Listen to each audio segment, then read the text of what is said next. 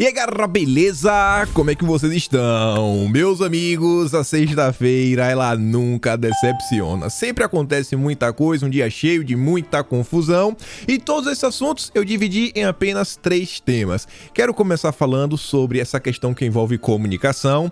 Ontem Bolsonaro aí teve 1 hora na TV porque o outro candidato resolveu não participar. O que ele foi fazer? A gente vai falar sobre isso. Ainda quero falar um pouquinho sobre os podcasts. São uma coisa interessante aí, mostrar uma matéria, né, pra gente falar da imparcialidade da imprensa. E aí sim, a gente fala sobre a entrevista de Bolsonaro. Eu quero olhar, na verdade, a repercussão. Já tiveram pelo menos 3 matérias em grandes veículos de comunicação. E eu adianto, a imprensa tá muito chateada porque Bolsonaro mandou muito bem. Enfim, tem muita coisa pra gente falar nesse primeiro tópico. Falar inclusive sobre a não ida do outro candidato. No segundo tópico eu quero falar sobre movimentações políticas, né, campanha, no sentido dos apoios que cada um vem ganhando. Quero falar de pesquisas, quero falar também de CPI, já conseguiram a quantidade de assinaturas. Inclusive se espera que a CPI comece já essa semana. A turma aí da esquerda, como o Ricardo Noblar tá falando para esquecer pesquisa, vamos esquecer, não é hora de ficar analisando pesquisa. Tem algumas informações também que demonstram que a turma da esquerda anda muito preocupada. Quero falar sobre um comício específico de Bolsonaro que ele pode ter no próximo dia 26. E tem mais algumas coisas. E algumas confusões que chamaram a atenção no dia de ontem, que foram motivadas por algumas decisões. Decisões que a gente fica se questionando assim um pouquinho.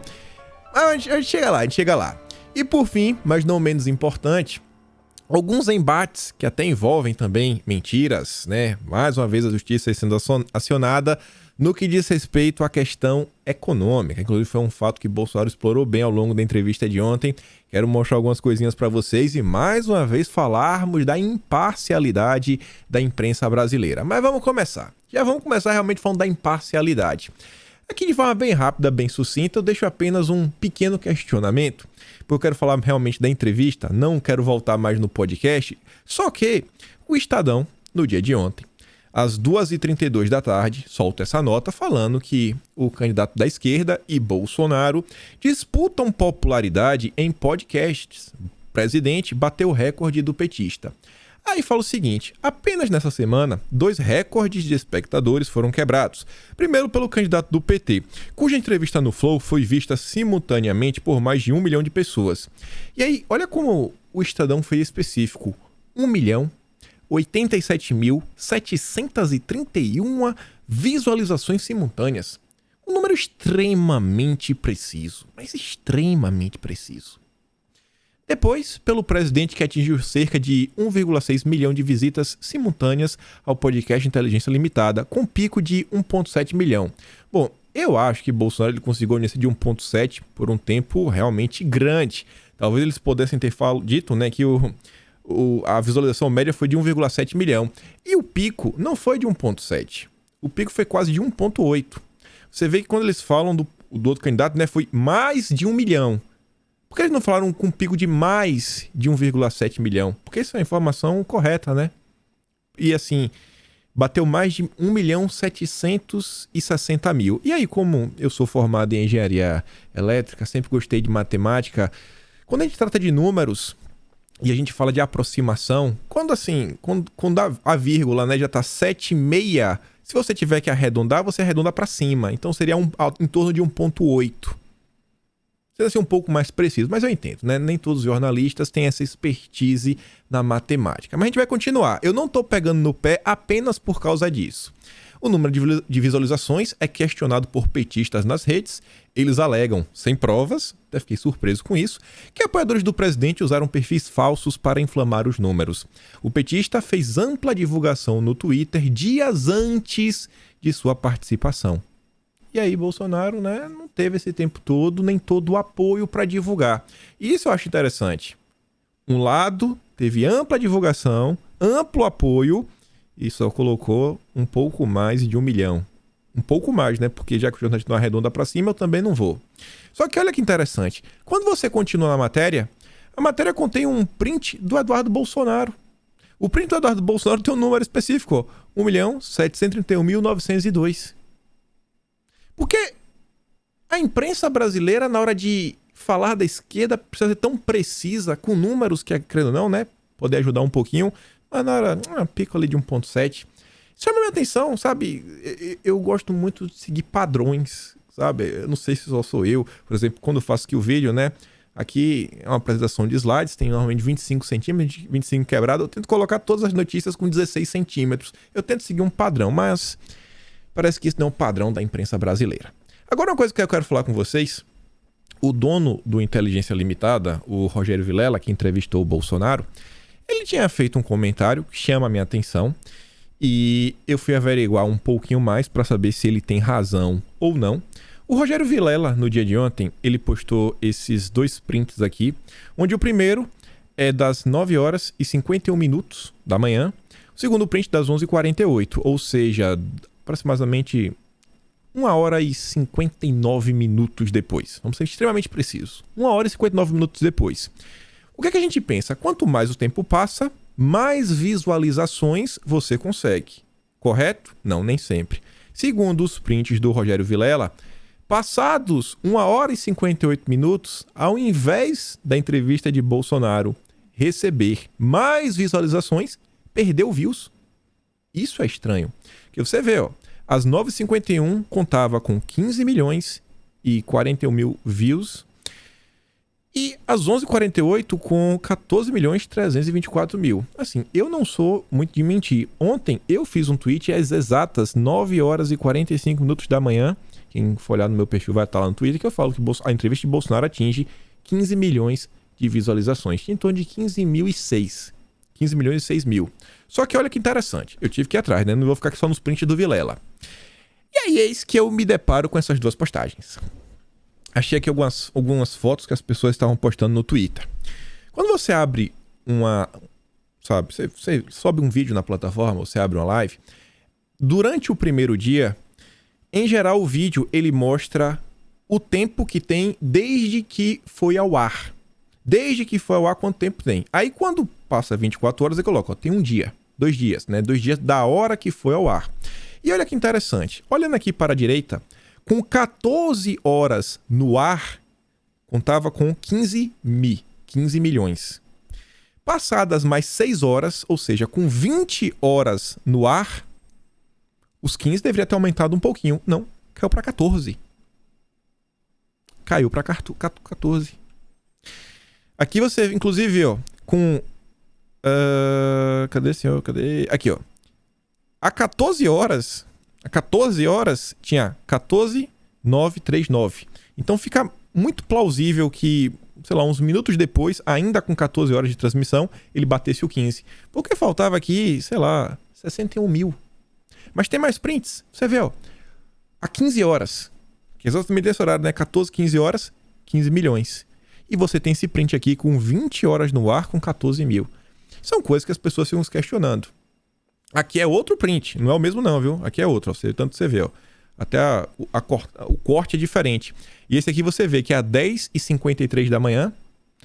1 hora e quantos minutos antes do Vilela? Ele botou 11h48, ou seja, são 55 minutos antes. 55 minutos antes já estava com 15 milhões. Então assim, aqui ó, tava 15 milhões. Então alguma coisa esquisita aconteceu.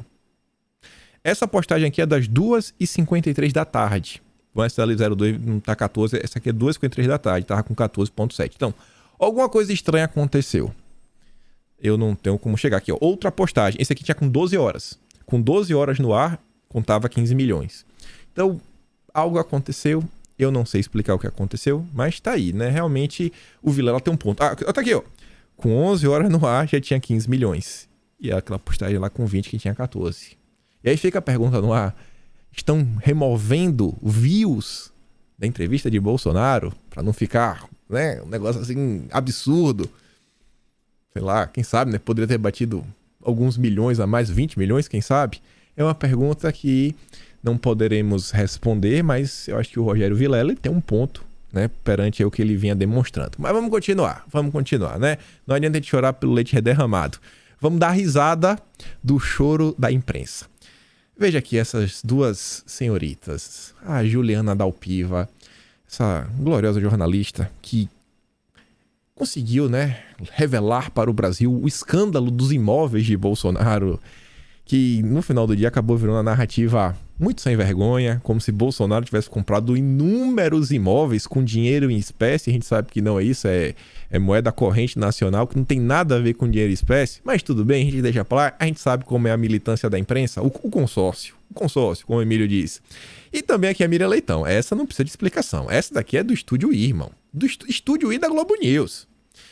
A Juliana Dalpiva, ela comenta sobre a ida de Bolsonaro na sabatina, entrevista que aconteceu no SBT, numa pool, né, com outros candidatos. Aí você vê, muito ruim o formato da sabatina no SBT com Jair Bolsonaro. A jornalista faz a pergunta e não há espaço para rebater quando ele foge da pergunta ou mente. Minha filha, era um debate. Quem tinha que rebater Bolsonaro era o outro candidato, mas ele fugiu. Ele não foi. Então, não chora não. A Miriam Leitão fala a mesma coisa. Uma entrevista com boas perguntas, mas sem réplicas. Aí o Bolsonaro responde o que quer e fica por isso mesmo, o péssimo formato. Réplicas e tréplicas são entre debatedores, não era um debate, era uma sabatina. Relaxa, militante. Relaxa. Inclusive temos aqui o Carlos Nascimento para explicar, né? Acho que elas não assistiram a sabatina inteira. Vamos ouvir aqui o Carlos Nascimento. Estamos de volta para a entrevista com o presidente e candidato à reeleição Jair Bolsonaro, do PL.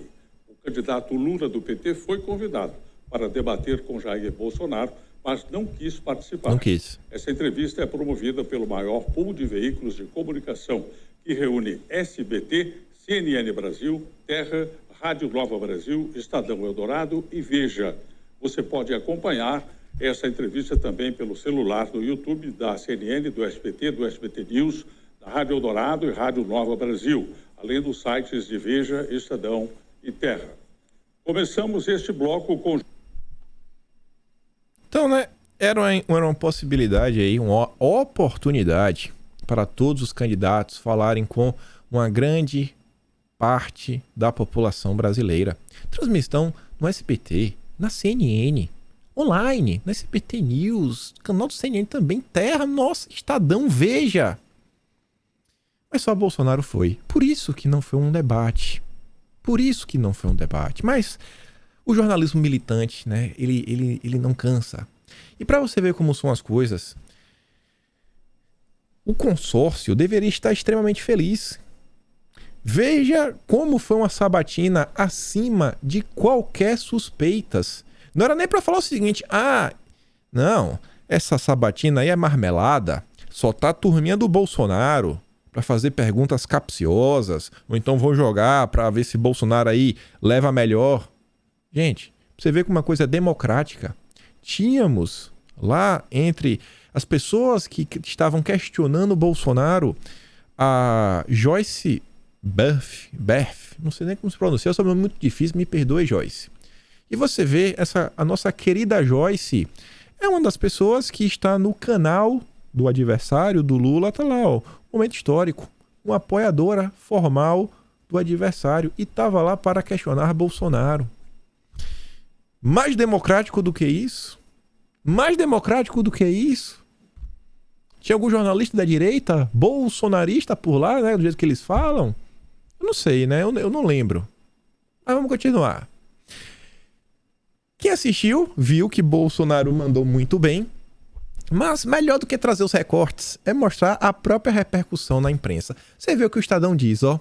Bolsonaro tentou furar a bolha e mirou indecisos com bom mocismo em entrevista. Bom mocismo? E a gente vai falar de indeciso hoje. Vamos falar, temos pesquisas, números.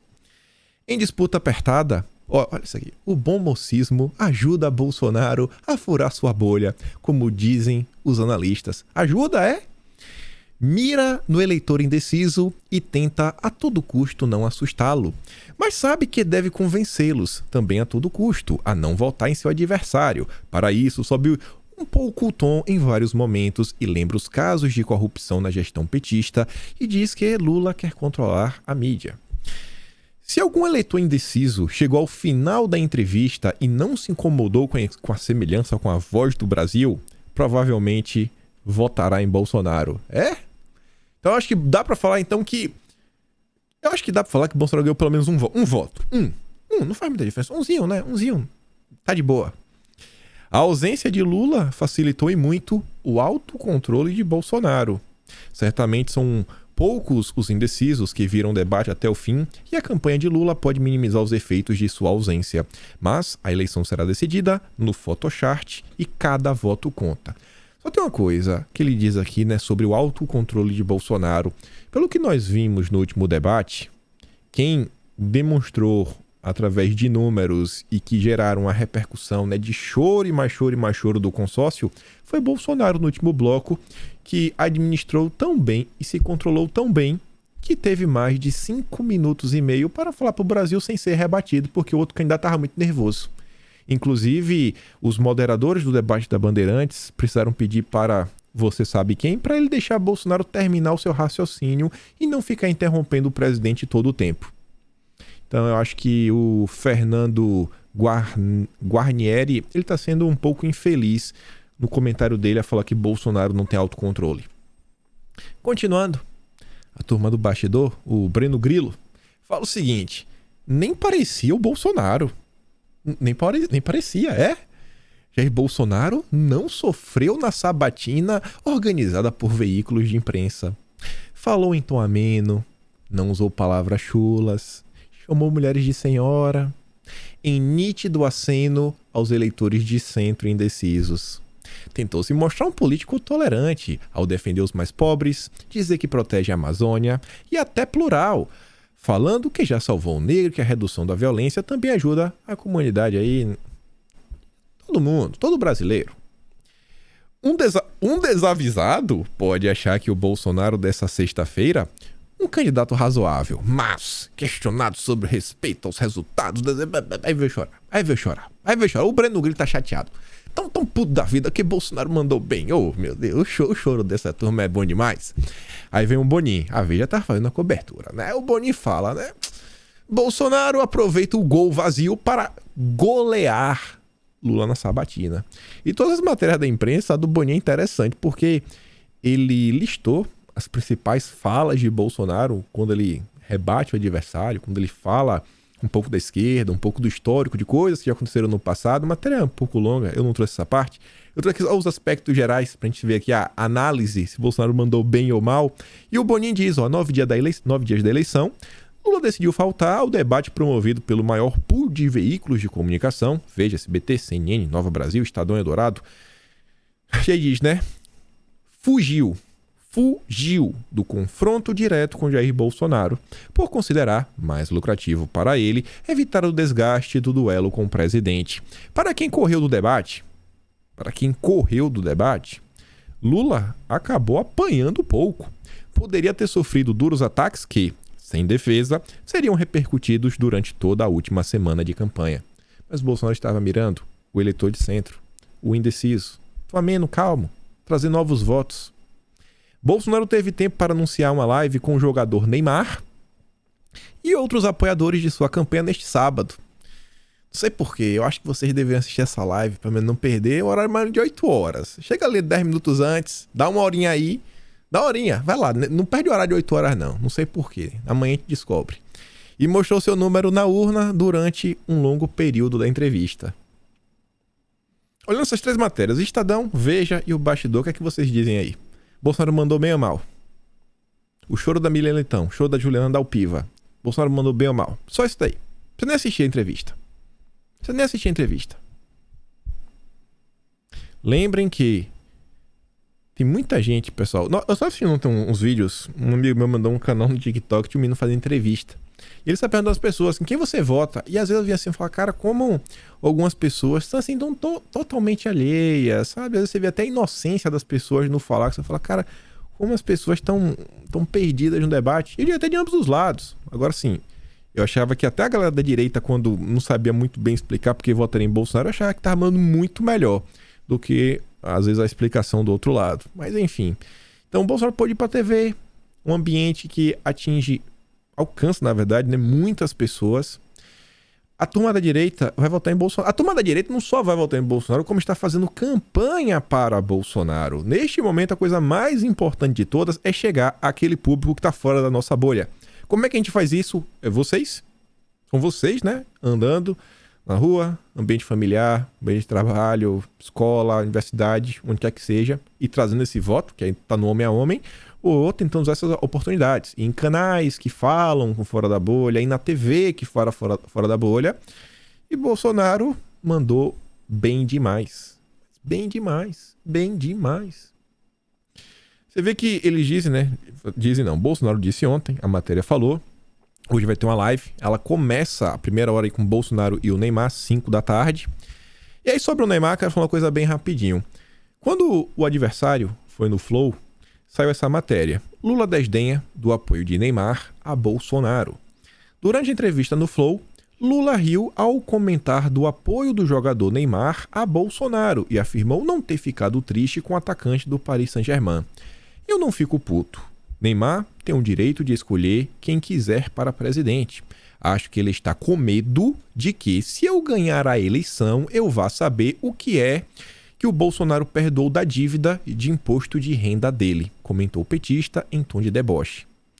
Perante isso, saiu essa matéria aqui no UOL, ao longo do dia de ontem, onde família de Neymar repudia a fala de Lula. Deverá provar no palco adequado. A família de Neymar emitiu hoje um comunicado oficial repudiando a fala do candidato à presidência da República, Luiz Inácio Lula da Silva. Na última terça, em participação no Flow, na ocasião o ex-presidente afirmou que Neymar estaria com medo de vê-lo ganhar a eleição contra Jair Bolsonaro e descobrir um suposto acordo feito com o atual presidente sobre a dívida do jogador com a Receita Federal. A família do jogador repudiou a afirmação falaciosa que um dos candidatos a presidente da República fez de forma leviana e desafiou Lula a provar o contrário no palco adequado. Então eu acho que um apoio do Neymar no Brasil, país do futebol, ainda é o país do futebol, muitas crianças, jovens, adultos gostam do Neymar. Eu acho que não foi uma fala muito inteligente, né, por parte do candidato aí da oposição. Continuando, ele não foi. Ele estava ocupado. Tava ocupado fazendo o quê? Sabe o que Lula vai fazer? Em vez de debater com Bolsonaro, Lula não vai comparecer ao debate da Veja e Pool de Veículos nessa sexta. Em vez disso, ele vai fazer uma live com Janones. No domingo, ele concede entrevista ao youtuber Cauê Moura no podcast Desce a Letra. E aí eu pergunto a vocês, né? Podia ir na TV, enfrentar outro candidato, apresentar suas propostas para grande parte da população brasileira, mas ele preferiu conversar com Janones. E a live acho que foi tão boa que ganhou essa notícia, ó. Live de Janones com Lula atrasa, tem queda de sinal e 87 mil pessoas ao vivo. 87.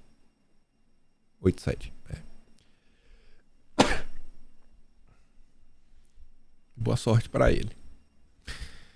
Aí a Madeleine Laxo diz, ó, Lula, faltar os debates é erro. Após o Tribunal Superior Eleitoral retirar direitos de resposta na TV. Ele poderia ter ganhado aí, acho que 164, isso acho que vai ser julgado hoje, para saber se ele vai ter ou não. E aí ele falou, ó, é melhor ir, viu? Aproveitar o tempo aí na TV. E pessoal, sobre o julgamento de hoje, sobre tudo que tá para acontecer, olha isso daqui, ó.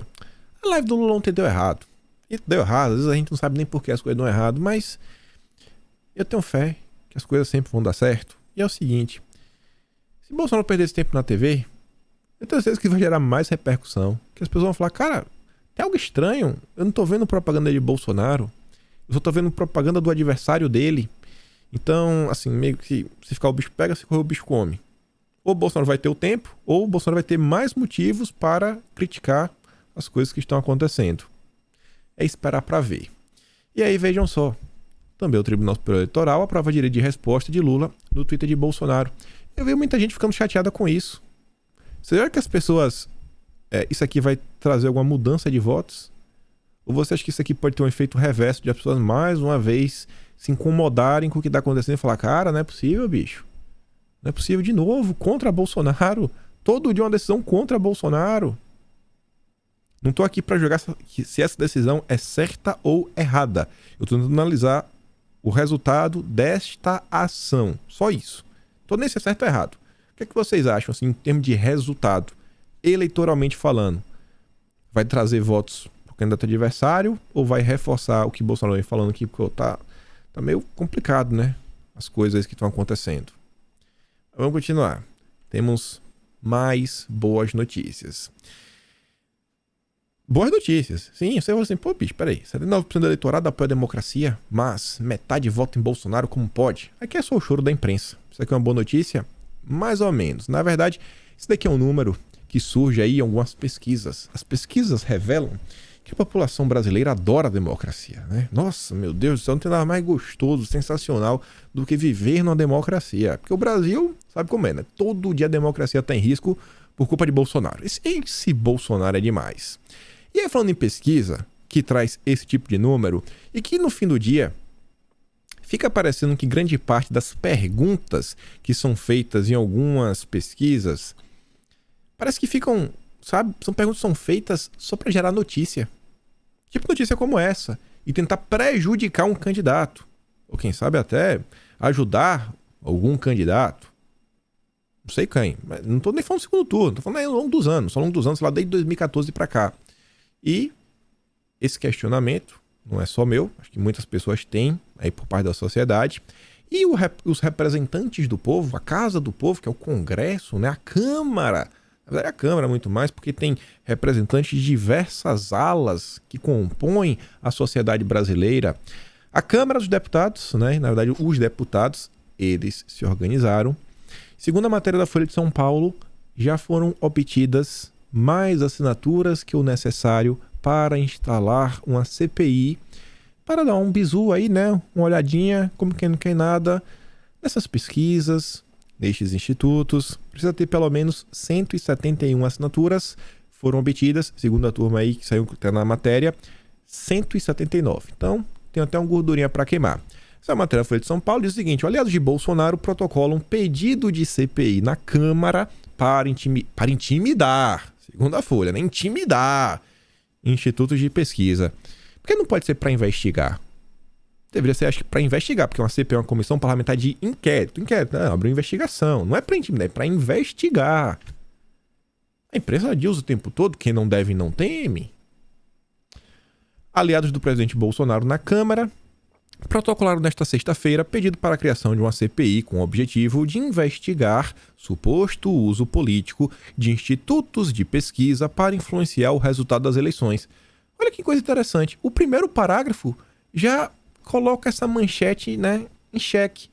Porque você de investigar o suposto uso político não é para intimidar, é para investigar. Tá vendo que sabe escrever? Tá vendo? Olha a má vontade na hora de fazer uma matéria para prejudicar Bolsonaro. Porque a matéria é aliados de Bolsonaro. Aí que intimidar. Ô, bicho, joga limpo. Agora, o presidente da Câmara, o Arthur Lira, deverá analisar se há fato determinado e qual será o prazo de funcionamento do colegiado, que terá poderes de investigação de autoridades judiciais, como determinar diligências e quebrar sigilo bancário. A expectativa de que a CPI seja instalada na próxima semana. O projeto de resolução protocolado diz que o objetivo da CPI é investigar pesquisas de 2014 a 2022 envolvendo candidatos a prefeito, governador, senador e presidente. Segundo o texto, a comissão será constituída por 23 titulares e 23 suplentes e terá prazo máximo de 180 dias para concluir os trabalhos. Será que vão achar alguma coisa? Será que vai sair do papel? Essa semana a gente deve saber. Essa semana a gente vai saber, né? Vamos ver o que é que o Lira vai decidir. Falando ainda em pesquisa e trazendo notícias interessantes, né? Boas. Eu vou falar sério. Segundo o Estadão, bolsonaristas têm esperança de que presidente cresça até 2 pontos na Bahia. 2, eu falei 2, eu falei 10. Enfim, 10 pontos na Bahia, eu falei 2. A campanha de Jair Bolsonaro acredita que há espaço para crescer na Bahia, quarto maior colégio eleitoral do país, e ganhar até 10 pontos em relação ao resultado obtido no primeiro turno. Ele teve 24%. A previsão parte do diagnóstico de que Lula pode ter alcançado um teto. Depois de bater 70% no primeiro turno, o petista não avançou nas pesquisas no estado. Bolsonaro vai à Bahia na terça e, segundo aliados, tem 100 prefeitos trabalhando a seu favor. Se reduzir a diferença no Nordeste e avançar no Sudeste, Bolsonaro poderia conseguir virar o placar no segundo turno, torcem seus aliados mais otimistas, que dizem ter visto ganho entre mulheres evangélicas, Lembra o evangélico? Lembre, vai fazer sentido em poucos segundos, com incursões de Michele e Damares à região. Pois não, alguns minutos. Grava evangélicos. Ganho entre evangélicos.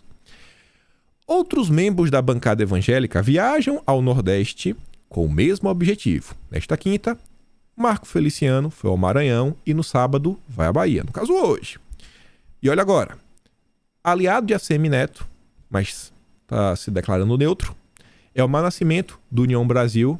Se lembra que a gente comentou no vídeo de ontem a presença do Rueda lá no jantar de Bolsonaro, com o Rodrigo Garcia, uma turma que é o vice-presidente nacional do União Brasil, e o ACM Neto também é o secretário-geral, falei da importância disso. Enfim, o Elmar Nascimento, do União Brasil, da Bahia, afirma que tem 17 deputados, além dele, ou seja, 18, atuando por Jair Bolsonaro na Bahia.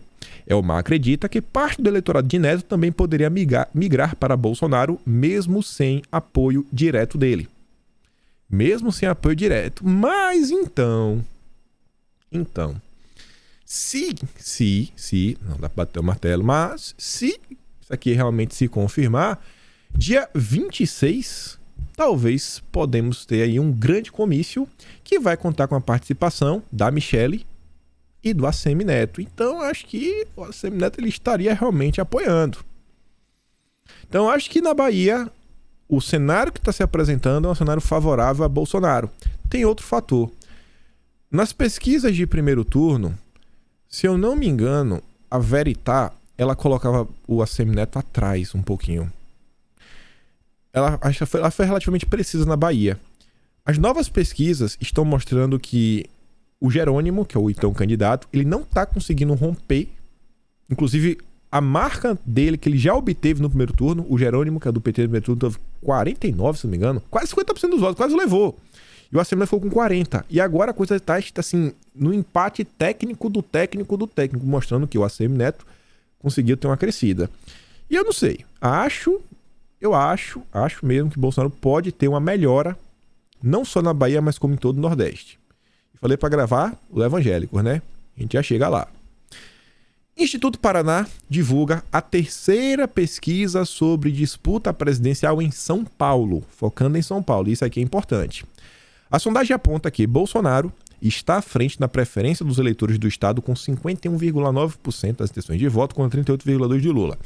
Esquece as porcentagens por hora. Eu só trouxe só para poder comparar com a pesquisa anterior. Brancos e nulos representam 5,9% e indecisos 4%. No levantamento anterior, divulgado no dia 14 de outubro, o atual presidente tinha 49,8%. O petista, 40,9%. Ou seja, o candidato da esquerda cai e Bolsonaro sobe. A tendência que nós estamos vendo se desenhar, em basicamente quase todas as pesquisas, é um crescimento constante. Pode ser lento, pode ser rápido, etc., mas um crescimento constante de Bolsonaro, e o outro candidato segue desidratando.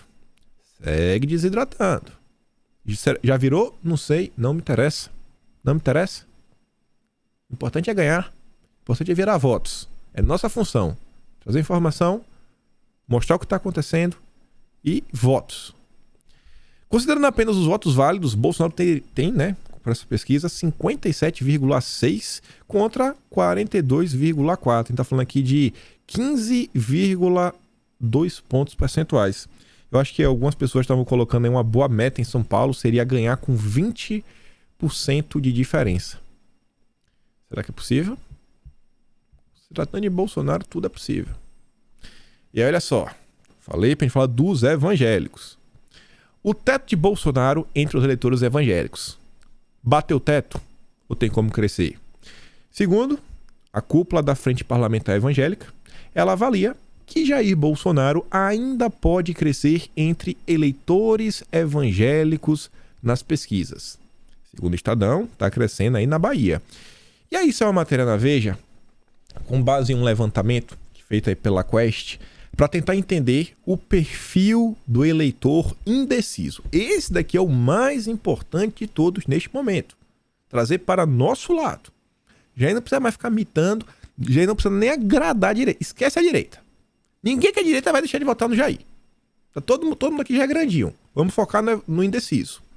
Aí fala o seguinte, ó, quem são os 17 milhões de eleitores indecisos que podem definir o segundo turno?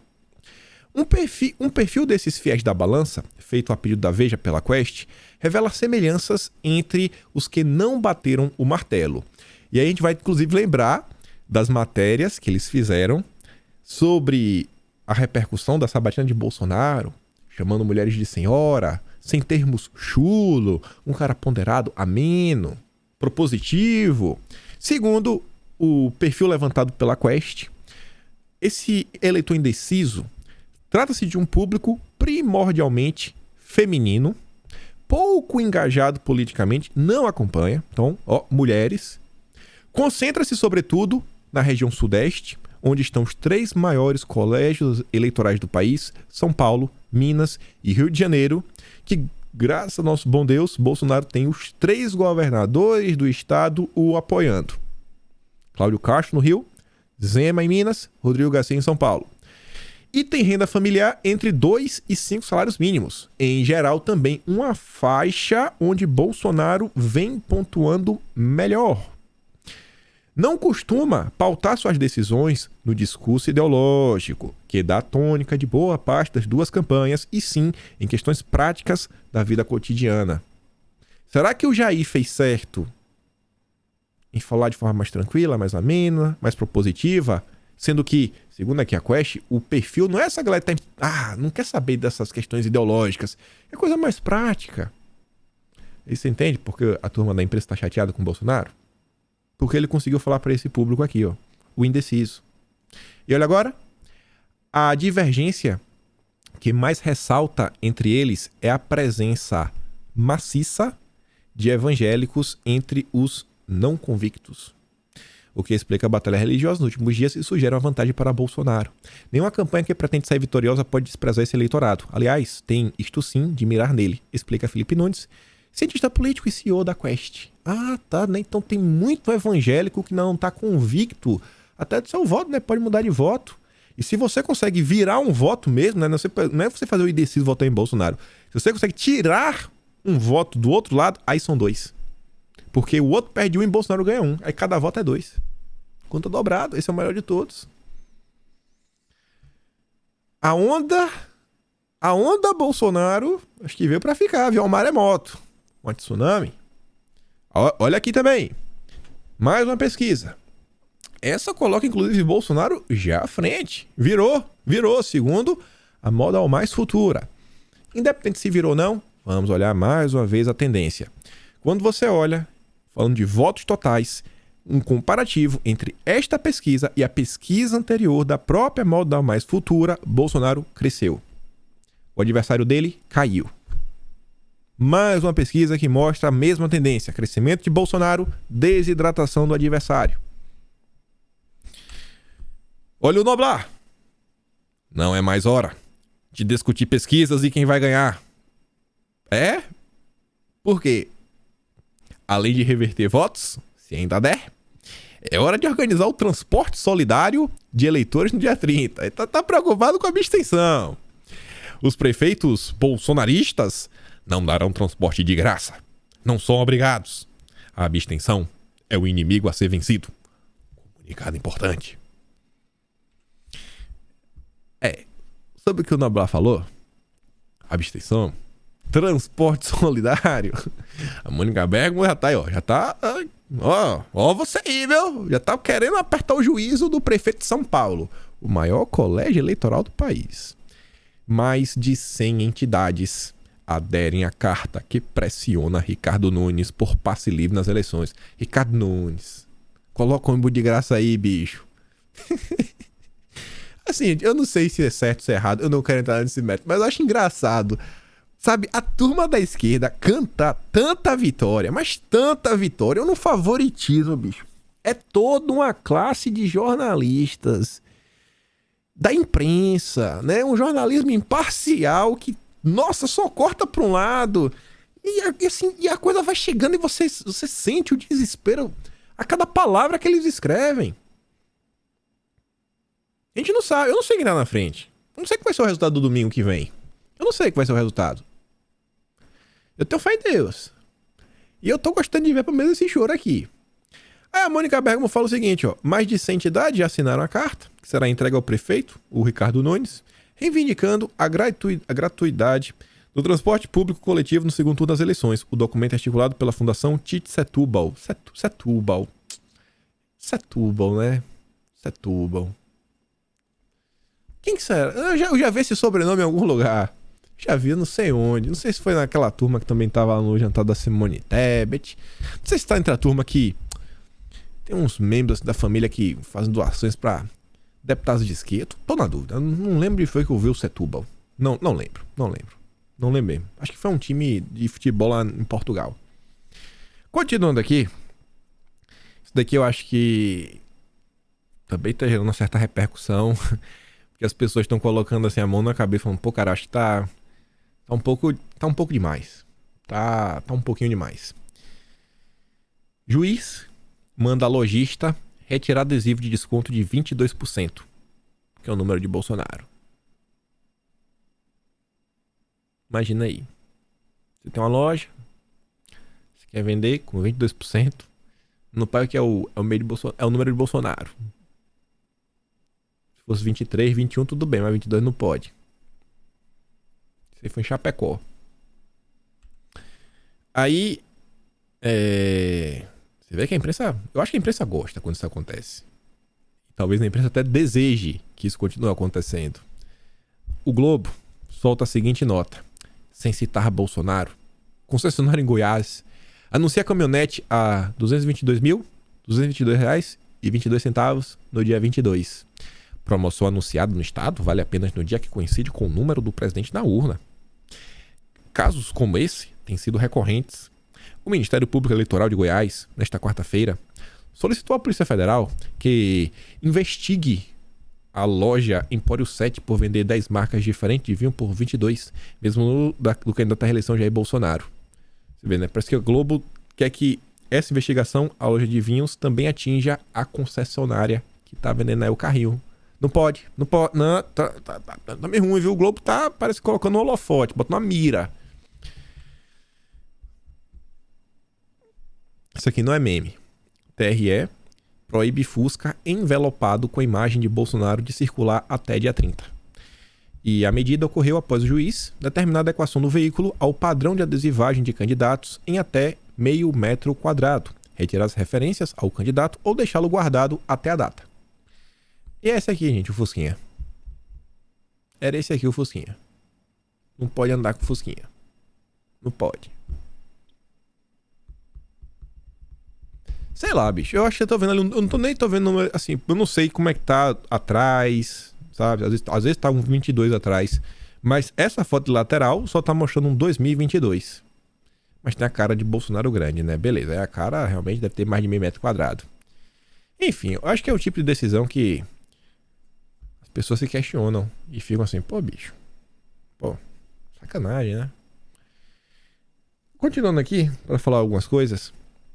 Não estou para avaliar as decisões que foram tomadas no âmbito do judiciário. Agora eu vejo uma coisa. Grande parte da direita ficou insatisfeita com algumas decisões no âmbito do judiciário. Eu vinha me questionando o seguinte, tá, o pessoal está insatisfeito, né? A população está insatisfeita. Onde é que estão os representantes da direita? E se as pessoas estão insatisfeitas, talvez eles pudessem pelo menos questionar o que está acontecendo. Você vê que isso é uma notícia, é o seguinte, os deputados pedem a derrubada da resolução que amplia o poder da Justiça Eleitoral. Não foram os deputados da direita que tomaram a iniciativa, foi a turma do Novo. Foi o Paulo Ganimi junto com o Marcel Van Hatten. Eu espero de coração que em 2023 essa leva aí de novos deputados que entrou, possa fazer uma diferençazinha, sabe? Agir um pouquinho diferente do que vem acontecendo. Isso daqui também eu não quero entrar no mérito da decisão. Aqui eu quero levar para outro lado da discussão. Não quero criticar ninguém, apenas pontuar uma coisa. O presidente da República é responsável por várias indicações. Dentre elas, o Procurador-Geral da República. O Aras, Procurador-Geral da República, indicado por Bolsonaro, ele também questionou a norma. Também questionou a norma, o ato. Não sei como é que se define isso daí. Também questionou. Só isso.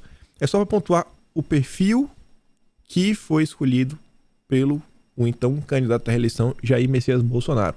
Longe de mim questionar esse ato, não vou entrar no jurídico para nada. Estou falando só a questão. Porque o próximo presidente, se for adversário, eu acho que ele deve indicar outro perfil. Não acho que o Aras seria um perfil que seria indicado pelo candidato da esquerda. Bolsonaro você consegue ver. E aí quem está falando dessas questões, né, do jurídico, Simone Tebet ontem ela estava em um comício e tá lá, né, o Metrópolis falando, não vou dar play no vídeo, pelo amor de Deus, Tebet sobre frase pintou um clima, dita por Bolsonaro. Isso é pi. E lugar de é na cadeia. Pô, Simone, pesado, né? A justiça já falou que é uma fala distorcida. Vocês estão forçando a barra, bicho. Forçando a barra. Forçando demais. Será colocado no primeiro turno para se pôr de ato com Lula nessa sexta. Deveria respeitar um pouco mais as decisões. Mas a turma da esquerda parece que não tá nem aí. O então candidato também, né, com a Simone Tebet, ele fez uma fala aí que me deixa um pouco apreensivo. Ele fala o seguinte: Lula diz não querer vingança, mas que, se eleito, Bolsonaro terá de se explicar. Obviamente, a gente não quer ganhar as eleições para fazer vingança contra ninguém. O único objetivo que temos é provar que o brasileiro pode ter 3 refeições por dia. Mas ele, Bolsonaro, terá de se explicar, disse o ex-presidente. Ele vai ter de se explicar sobre as 400 mil óbitos que causou na pandemia. Ele vai ter de se explicar a rachadinha na Assembleia do Rio de Janeiro. Vai ter de explicar os sigilos de 100 anos nos documentos. Eu fico assim meio apreensivo no que seria essas explicações. Agora, a coisa que eu também acho que deveria ser explicada, realmente explicada, para todo mundo entender de uma vez por todas, foi o que aconteceu no âmbito da compra de respiradores pelo consórcio Nordeste. E aí ontem saiu uma baita matéria na Veja, uma baita matéria escrita pelo Hugo Marques e a Larissa Borges. É uma matéria bem grande, vários documentos, uma linha do tempo dos eventos, entraram em contato com algumas pessoas envolvidas na situação. E a matéria se chama Anatomia do Escândalo de 48 milhões que envolveu nomes do PT na pandemia. O caso de desvio de dinheiro destinado a respiradores, citado por Bolsonaro no último debate, tem uma sequência de eventos perturbadora. Eu recomendo a leitura da matéria, acho que é bem interessante para quem não lembra do caso, quem quer entender um pouquinho melhor. Eu acho que foi um baita resumo feito. Acho que sim, merece muita explicação. Muita explicação. Está muito longa, não dá para trazer aqui, porque tem muito mais coisa para a gente comentar. E vejam só. Notícia da CNN. Petrobras alcança valor de mercado de 520 bilhões com ações em cotação recorde. Na semana, ações PNs subiram 12,87 e as ONs valorizaram 11,87. Só manchete. Aí, o UOL também comenta sobre isso. Petrobras bate maior valor da história, 530 bilhões. O que está acontecendo? O que está acontecendo? Bom, segundo Metrópolis, não sou eu, Metrópolis, ações da Petrobras saltam com possível virada de Bolsonaro no segundo turno. A maré Bolsonaro tá fazendo as estatais se valorizarem. É o chamado kit Bolsonaro. São aquelas ações que são setores do mercado que as pessoas acham que caso Bolsonaro vença, a coisa vai dar bom, né? As estatais no governo Bolsonaro realmente estão dando lucros, né? Dando lucro como nunca deu no passado. Talvez já deu, mas eu não lembro direito. A papéis da Petrobras chegou a ser negociado acima de R$40 na tarde dessa sexta e Bovespa ultrapassa 119 mil pontos. Efeito Jair Bolsonaro, hein? Segundo Metrópolis. Sobre a economia, em sabatina de Veja, Bolsonaro confirma Paulo Guedes em eventual governo. Bolsonaro não faz questão de esconder algumas coisas que ele pensa para o seu segundo mandato. Sobre isso também, quero mostrar aqui algumas coisas. Saiu mais uma matéria ontem. Bolsonaro chama congelamento de salário mínimo de fake news e diz que haverá valorização.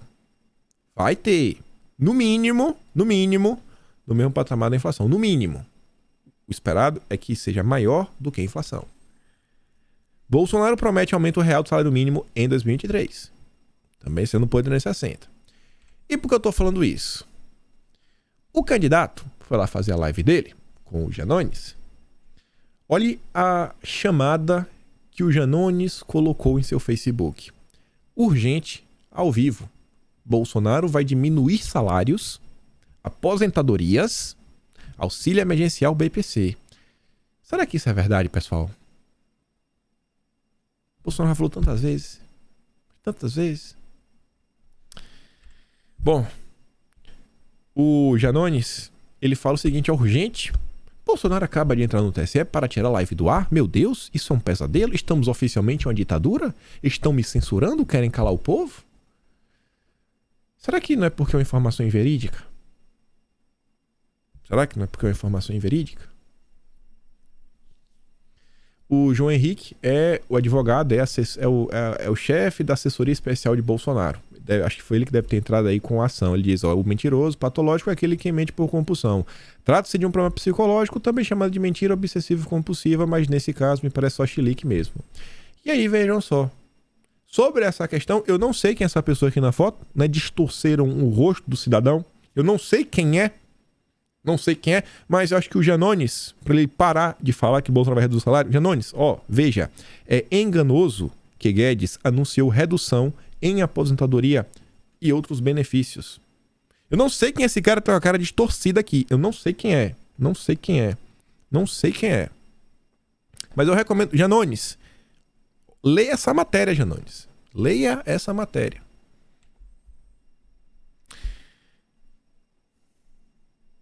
A imprensa imparcial. Nossa! A imprensa imparcial brasileira. Enquanto até o UOL falando que é enganoso. Mas o Guilherme Amado, ele parece que ele não leu os coleguinhas. Baixar o salário mínimo é perverso, mas é a cara do governo Bolsonaro. Não fala isso, Amado. Amado. Não fale isso. Isso é injusto. É injusto. Também é injusto, Amado, esse tipo de matéria, irmão. Olha isso daqui. Família de réu por assédio no Rio em campanha por Bolsonaro. Cara, em primeiro lugar, é o cara. Se fosse o cara, eu entendia. Se fosse o réu, eu até entendia. Não é. É a família. A família do cara. Não vai a família não, bicho. É feio. Isso é coisa feia. A Bruna Lima escreve na conta do Guilherme Amado. Isso aqui é feio demais, Bruna. Feio demais. São os familiares do Gabriel Monteiro. O grande destaque é para tentar falar, assim, fica parecendo de réu, assim, quando você fala réu, eu nunca vi, eu só faço réu no Brasil. Você olha assim pra galera, né, o afegão médio, como o Emílio Surita fala assim, pô, Emílio Surita, o cara que é réu tá lá, é quase bandido já, é quase bandido. Aí você fala, família do réu, assim, pô, bicho, para. Eles foram até eleitos. Você podia falar, né, o cara que vai ser deputado, né, a menina que vai ser também uma deputada, eles são políticos, eleitos, têm votos. Pesado. Mas essa é a imprensa imparcial. Essa é a imprensa imparcial do Brasil. Você vê, né? Podia, por exemplo, falar assim, em encontro com lutadores, Bolsonaro disse que Lula tá meio fraco ao decidir faltar ao debate. Eu não vi essa matéria na conta do Guilherme Amado. Mas tudo bem, né? Ele tem outras prioridades. Todo mundo tem sua agenda. Agora você vê como são as coisas também, né? Em live com Janones, Lula exagera. Aumento do salário mínimo. Ele não mente, ele exagera. Ele erra ou exagera, né? Eu gosto disso daí. A CNN diz que ele erra. A UOL diz que ele exagera. E aí, olha só, sobre questão econômica. Eu já falei pra vocês algumas vezes, eu não gosto dessa tese que diz que o candidato não apresentou. Não é que ele não apresentou, é que algumas coisas que são extremamente chave para entender, como por exemplo, alguns nomes. Não é só ter a prova para você saber quem é o nome, que são as pessoas que vão estar em determinadas posições. É importantíssimo você saber isso. E aí o Aloysio Mercadante, ele concedeu uma entrevista ontem pro Sérgio Roxo, do Globo. Na verdade, desculpa, saiu hoje de manhã, às 4h30 da manhã. Em entrevista, Mercadante disse que plano econômico de Lula é genérico por falta de dados do governo Bolsonaro. E aí ele fala, que eu digo assim, tem alguns relances que já dá para saber. Pergunta o seguinte, ó. Uma crítica recorrente à campanha de Lula é que não existe um detalhamento do programa de governo. Por que não há? Aí ele diz, ó, nós apresentamos diretrizes que têm mais ou menos o tamanho do programa do Macron, do Petro e do Boric. O que eu achei mais interessante foram os 3 exemplos dados pelo Mercadante. Petro, Boric e Macron. Mantivemos nossa estrutura setorial respondendo às demandas que recebemos. O foco da campanha são as propostas concretas. Olha agora. As diretrizes dão conta do sentido de que queremos uma transição para uma economia sustentável. Primeiro item, economia sustentável. Eu gostaria que o Mercadante até pudesse explicar se isso daqui tem relação, né, com essa agenda SG, agenda verde, o que seria essa economia sustentável, já que é uma diretriz, fica meio aberto, subjetivo.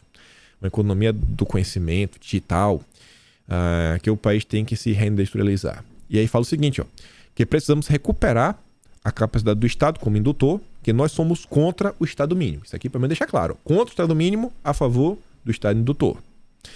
E aí o Sérgio Roxo, ele faz um questionamento, que eu não trouxe a resposta porque ele depois refaz o questionamento. Porque a resposta, eu acho que não foi a contento. O Sérgio Roxo pergunta, a campanha tem apontado cortes de programas que terão de ser retomados. Vai ter que retomar alguns programas. Como fazer num cenário de aperto fiscal? Sabe assim, pô, o fiscal vai chutar para cima até de gasto? Vai fazer como? Aí o Mercadante responde. E aí você vê que a resposta não foi a contento, porque o Sérgio Roxo pergunta de novo. Tá, mas, como equilibrar as demandas sociais com a perda de contas? Me diz, irmão. Vai fazer como? Aí o Mercadante dá uma resposta gigante. Aí no final ele diz, ó, só vamos fazer um diagnóstico preciso quando tivermos todas as informações. Então assim, ele não consegue explicar a questão fiscal até então, e a justificativa é porque faltam dados. Só vão poder explicar isso quando chegarem no governo, sentar, falar, a gente ganhar, a gente sentar lá, a gente ter acesso a dados, aí vai poder falar. Onde é que a gente vai tirar o dinheiro, né?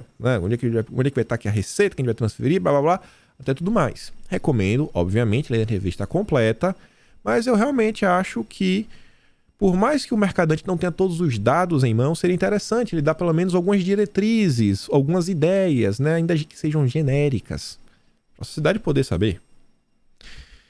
Uma coisa que vem sendo comentada, que já foi comentada até, é algumas coisas que envolvem aplicativos. Pode haver uma alteração na legislação de aplicativos. Sobre o quê? Não sei. Por garantir que o cara tenha férias, um descanso, uma coisa, uma melhoria no cenário. Só que muitas vezes essas mudanças, não sei qual vai ser, porque tá tudo no genérico ainda. A turma da esquerda não deixou claro.